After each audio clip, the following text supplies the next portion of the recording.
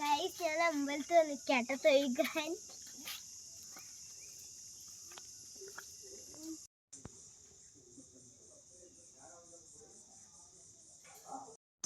മുളഞ്ഞൂർ ഭഗവതി ക്ഷേത്രമാണ്. ഈ ക്ഷേത്രവും ക്ഷേത്ര പരിസരവും എന്ന് പറയുമ്പോൾ പണ്ട് മുതൽക്കേ, അതായത് ഞാൻ ചെറിയ കുട്ടിയാവുന്ന ആ സമയം മുതൽക്ക് ഇവിടെ ഭയങ്കര വല്ലാത്തൊരു സന്തോഷവും ഭയങ്കര പോസിറ്റീവ് എനർജിയൊക്കെയാണ് ഇവിടെ വന്നു കഴിഞ്ഞാൽ. ചെറിയ കുട്ടിയാകുമ്പോൾ ഞാനൊക്കെ അമ്മയുടെ കൂടെ ഇങ്ങനെ ഓടി ഈ സ്റ്റെപ്പൊക്കെ കയറിയിട്ടാണ് വരിക. ഇന്നെനിക്കതൊന്നും കയറി ഓടി വരാനുള്ള ഒരു ഇതില്ല. ഇപ്പോൾ എൻ്റെ മോള് റിച്ചുക്കുട്ടി ഇന്ന് ഇവിടെ ഇങ്ങനെ തൊഴാൻ വന്നിട്ടുണ്ട്. ഇപ്പോൾ അവൾ ഭഗവതിയെ കണ്ടു, തൊഴുതു.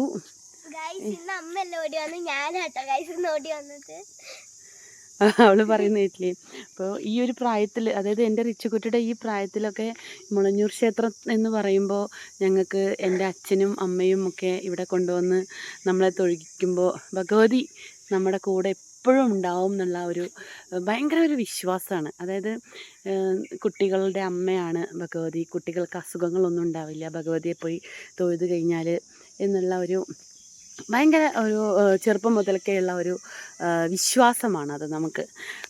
അതുകൊണ്ട് തന്നെ ഈ വഴിയൊക്കെ എനിക്ക് ഭയങ്കര ഓർമ്മയിലാണ്. ഇത് കൂടെയൊക്കെ നടന്നു പോയി കഴിഞ്ഞാൽ നമ്മുടെ മുളഞ്ഞൂർ തോടിലെത്താം. അങ്ങനെ കുറേ വഴികളുണ്ട്. ഒരു കാട്ടുപ്രദേശമാണിത്. കാടിൻ്റെ ഉള്ളിൽ ഇരിക്കുന്ന ഒരു ഭഗവതിയാണ് നമ്മുടെ മുളഞ്ഞൂർ ഭഗവതി ക്ഷേത്രം. സ്റ്റേജ് ഉണ്ട്, പെർഫോമൻസ്. ഇവിടെ ക്ഷേത്ര ഉത്സവം കഴിഞ്ഞു. ഫെബ്രുവരിയിലായിരുന്നു ഉത്സവം ഉണ്ടായിരുന്നത്. അങ്ങനെ ഇന്ന് നമ്മുടെ റിച്ചുക്കുട്ടി മുളഞ്ഞൂർ ഭഗവതി ക്ഷേത്രത്തിൽ തൊഴുതിട്ട്